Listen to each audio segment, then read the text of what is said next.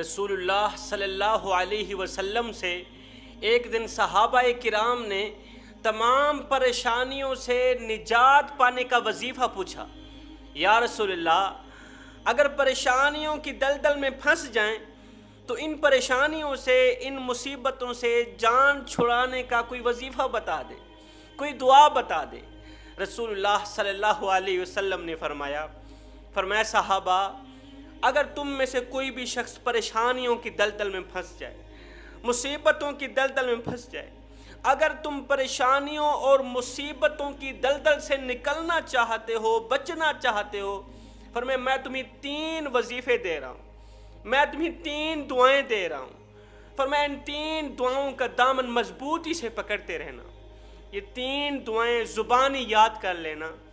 جب بھی دعا مانگو ان 3 وظیفوں کے ساتھ دعا مانگو، تمہاری کوئی بھی دعا رد نہیں ہوگی، تمہاری ہر ایک دعا اللہ تعالیٰ قبول فرمائے گا۔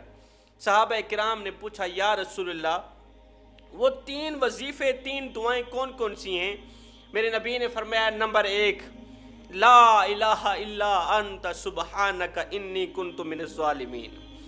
لا الہ الا انت سبحانک، اے اللہ تیرے سوا کوئی عبادت کے لائق نہیں، انی کنت من الظالمین، یقیناً میں ہی ظالم ہوں، تیرے سوا کوئی عبادت کے لائق نہیں۔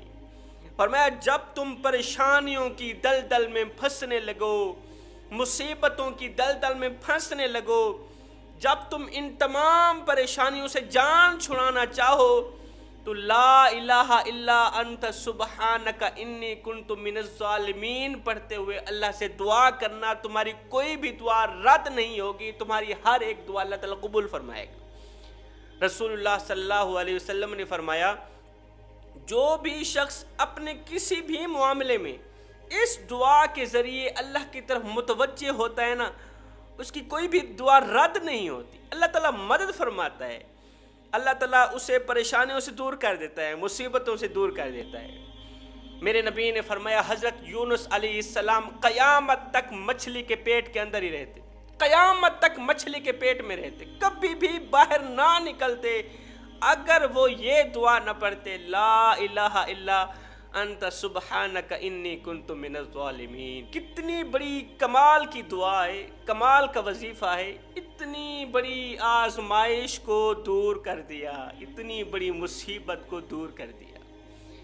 جو شخص لا الہ الا انت سبحانک انی کنت من الظالمین پڑھتا ہے نا، ایک تو وہ کہتا ہے اے اللہ تیرے سوا کوئی بھی عبادت کے لائق نہیں، یہ جملہ میرے اللہ کو اتنا پسند ہے، اتنا پسند ہے۔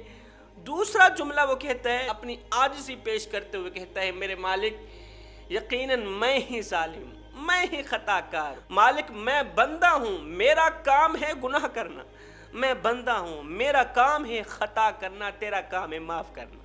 دوسری دعا، دوسرا وظیفہ حضرت سیدنا عمر فاروق رضی اللہ تعالی عنہ فرماتے ہیں کہ آقا علیہ الصلوۃ والسلام کے اوپر جب بھی کوئی پریشانی آتی تو میرے نبی ان الفاظوں کے ذریعے اپنے رب کو پکارتے یا حیو یا قیوم برحمتک استغیث، اے زندہ اور ہر چیز کو تھامنے والے رب، میں تیری رحمت کے ذریعے تیری مدد کا سوالی ہوں، میں تیری رحمت کے ذریعے تجھ سے مدد طلب کرنا چاہتا ہوں، میری مدد فرما۔ اللہ تعالیٰ غیب سے مدد فرماتا، فوراً پریشانی دور ہو جاتی۔ تیسرا وظیفہ، تیسری دعا بتانے سے پہلے مجھے ایک واقعہ یاد آ گیا۔ ایک اللہ والا تھا، اس کے دل کا تعلق اللہ کی ذات کے ساتھ جڑا ہوا تھا۔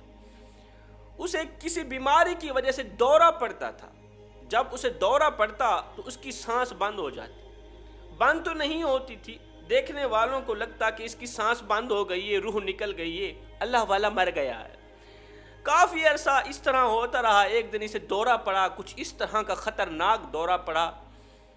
حکیم آئے، طبیب آئے، انہوں نے نبض چیک کی، انہوں نے کہا کہ بابا جی انتقال کر گئے ہیں، بابا جی مر گئے ہیں، اللہ کو پیارے ہو گئے۔ بابا جی کو غسل دیا گیا، اس کا جنازہ پڑھایا گیا، اس کی تدفین کی گئی، اسے مٹی کے سپرد کرنے کے بعد لوگ گھر آ گئے، پیچھے ایک بار پھر سے اس کی سانس بحال ہوئی، ایک بار پھر سے اس کی روح بحال ہوئی۔ بابا جی قبر کے اندر، مٹی کے اندر ہیں، اس نے آنکھ کھولی، خود کو قبر میں پایا، مٹی میں پایا۔ جان گئے کہ لوگوں نے یہ یقین کیا ہوگا کہ میں مر چکا ہوں، لیکن میں مرا نہیں تھا، مجھے تو ویسے دورہ پڑتا تھا اور میری سانس بند نہیں ہوتی تھی۔ دیکھنے والوں کو لگتا تھا کہ اس کی سانس بند ہو گئی، ختم ہو گئی ہے۔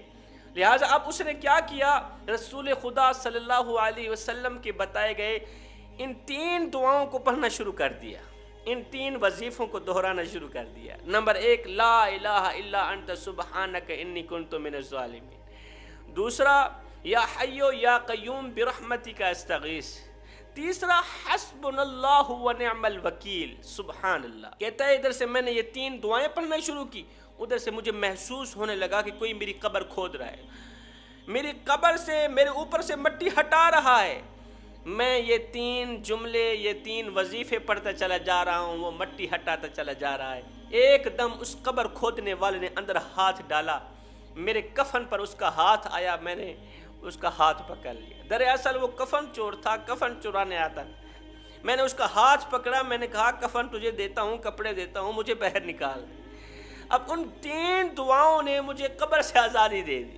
کتنا بڑا مشکل مرحلہ ہے، کتنی بڑی مصیبت تھی۔ اللہ تعالیٰ نے کفن چور کو بھیجا، جا اس کی قبر کھود اور میرے نبی کی بتائی گئی ان 3 دعاؤں کے صدقے سے باہر نکال۔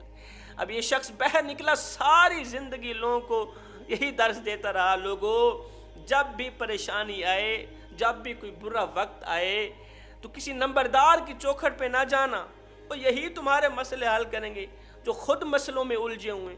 فرمایا جب بھی پریشانی آئے، برا وقت آئے، تم کسی مصیبت میں پھنسنے لگو تو فرمایا لا الہ الا انت سبحانک انی کنت من الظالمین، حسبنا اللہ و نعم الوکیل۔ فرمایا حضرت ابراہیم علیہ السلام کو جب آگ میں ڈالا جا رہا تھا، جب آگ میں پھینکا جا رہا تھا، یہ آگ کبھی بھی گلزار نہ بنتی اگر حضرت ابراہیم علیہ السلام حسبنا اللہ و نعم الوکیل کی دعا نہ پڑھتے۔ یہ نبی کا امتحان تھا، آزمائش تھی۔ دیکھو حسبنا اللہ و نعم الوکیل جیسی دعا نے، اس وظیفے نے اتنی بڑی آزمائش کو دور کر دیا، مصیبت کو دور کر دیا۔